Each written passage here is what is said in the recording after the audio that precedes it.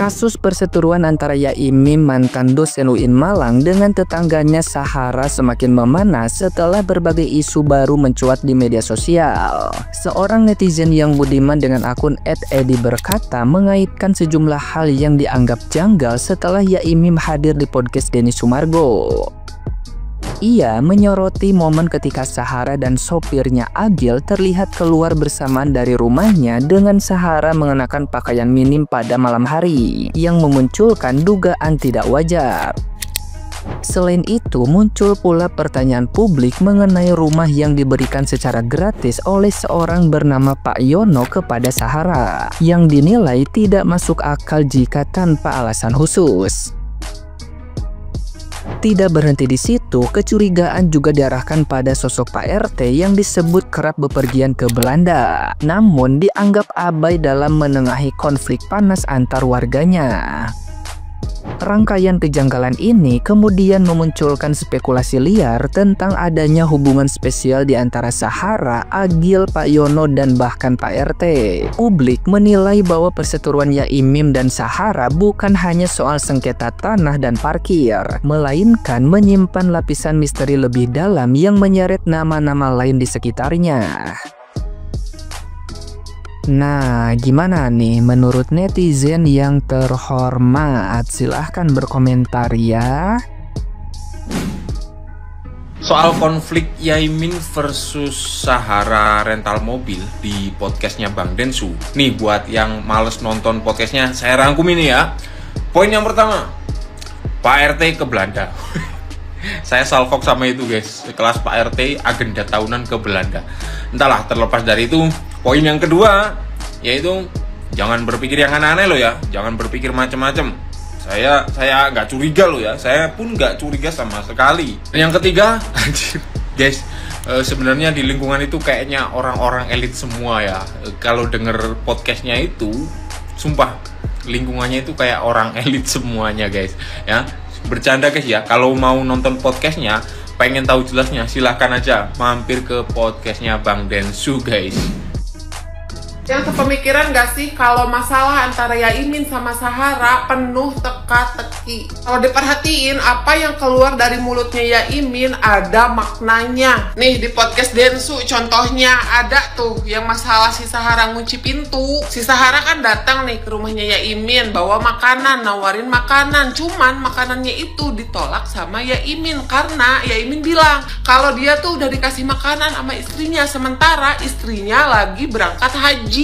Otak gue kan jadi traveling gitu, jangan-jangan makanan yang ditawarin sama si Sahara bukan sembarang makanan. Akhirnya gue cocok logi sama video ini. Akhirnya gue tarik kesimpulan kalau sebenarnya permasalahan mereka berdua itu bukan semata-mata gara-gara parkiran. Ada masalah baju sama ada masalah ditolak makanan juga. Feeling sih bener-bener sinting.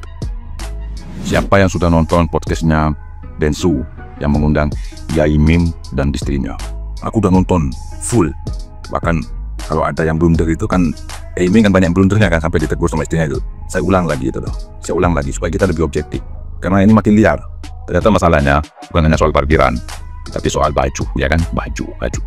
Baik baju Pak Sahara ataupun baju Yaimim. Ini soal baju. Soal isinya baju. Tapi apapun itu, aku berharap Sahara juga diundang biar imbang. Walaupun hari ini hampir warga netizen ini sudah berbondong-bondong full ngebela Yaimim, termasuk saya orang yang masih konsisten ngebela Yaimim secara objektif. Tapi membela bukan berarti membenci, bukan berarti kita ini menghakimi orang salah benar atau gimana. Karena bagaimanapun kita hargai proses hukum, walaupun Yaimim di akhir itu agak satir begitu ya, mengatakan mau berdamai kembali lagi ke semula dan sebagainya itu. Ya mudah-mudahan.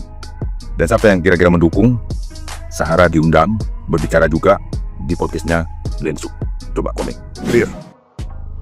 Kalian ini jangan cinta buta, jangan FOMO kalian inilah. Gimana saya bisa nangkep coba?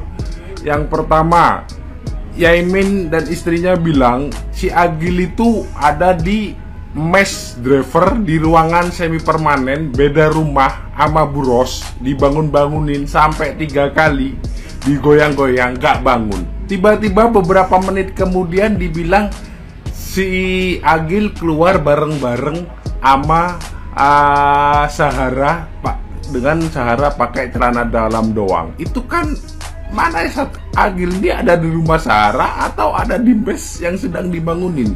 Yang kedua, di situ dia bilang dia bawakan minuman sama driver si Sahara itu, dan dia klarifikasi bahwa itu bukan minuman yang memabukkan, bukan. Padahal Denshu nggak nanya itu minuman memabukkan apa enggak, tapi dia klarifikasi sendiri. Tapi beberapa menit kemudian dia bilang dia belikan anggur merah. Jadi mana yang betul, minuman nggak memabukkan atau anggur merah? Itu kan beda banget. Yang ketiga ini yang paling konyol, dia berdebat dengan istrinya bahwa si Sahara itu cuma pakai celana dalam, kata istrinya pakai celana pendek, dia debat pakai celana dalam. Tapi habis itu dia bilang, tapi saya nggak lihat, kalau lihat dosa, itu cuma angen-angen saya. Bagaimana mungkin orang cuma angen-angen atau imajinasi bisa mendebat orang kalau itu celana dalam bukan celana pendek? Kan saya ini nggak mau bela siapa-siapa, saya ini netral, cuman saya mau meluruskan kata-kata yang tidak bisa saya nalar gitu loh. Tapi terlepas itu semua, tindakan pengusiran terhadap Yaimin dan istrinya tidak bisa dibenarkan. Saya tidak membenarkan itu.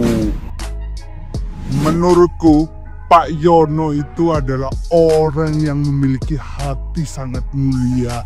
Begitu baiknya Pak Yono sehingga menjadi seorang pahlawan buat Bu Sahara. Padahal yang punya masalah itu Yaimin sama Bu Sahara.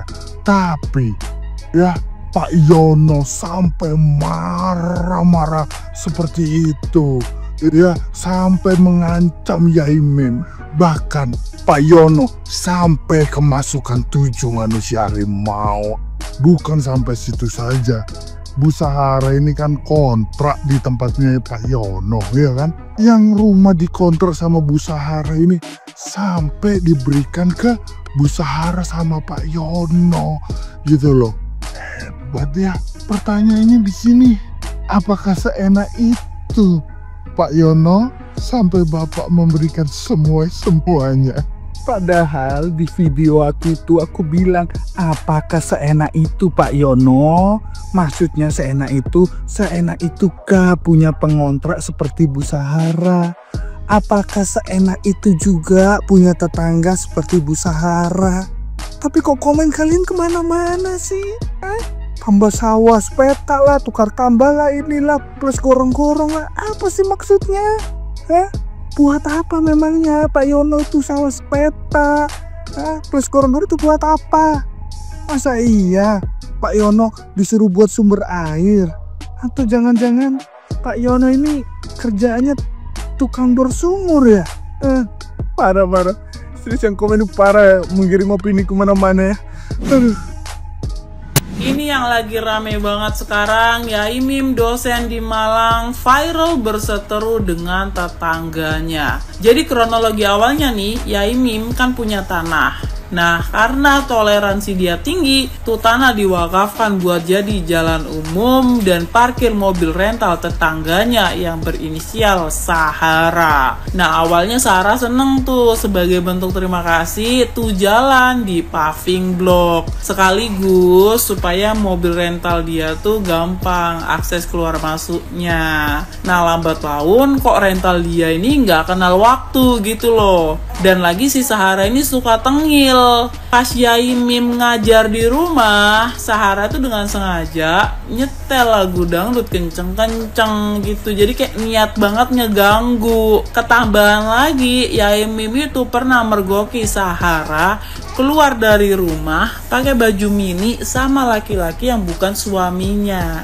Pas suami Sahara ini gak ada di rumah gitu loh. Jadi diduga gara-gara itu Sahara ini benci sama Yaimin dan heboh sendiri supaya Yaimin ini diusir gitu dari situ, supaya aib Sahara nggak kebongkar gitu. Akhirnya Sahara ya ngejebak Yaimin, bikin video, bikin cerita pelecehan, terus mempengaruhi warga. Ya udah gitu, akhirnya Yaimin sama istrinya diusir dari rumahnya sendiri. Nah awalnya ya, masalah ini kayak kurang dapat atensi gitu loh dari wali kota. Nah netizen menduga ada hubungannya sama suami Sahara yang ketua ormas gitu. Jadi takutnya nih wali kota kayak kagak enak gitu loh, ada balas budi atau gimana nih. Kata gue kayak ngapain banget gitu balas budi, chat aja kadang kagak dibales, ngapain budi bales budi. Terus kayak Sahara ini bahaya banget gak sih?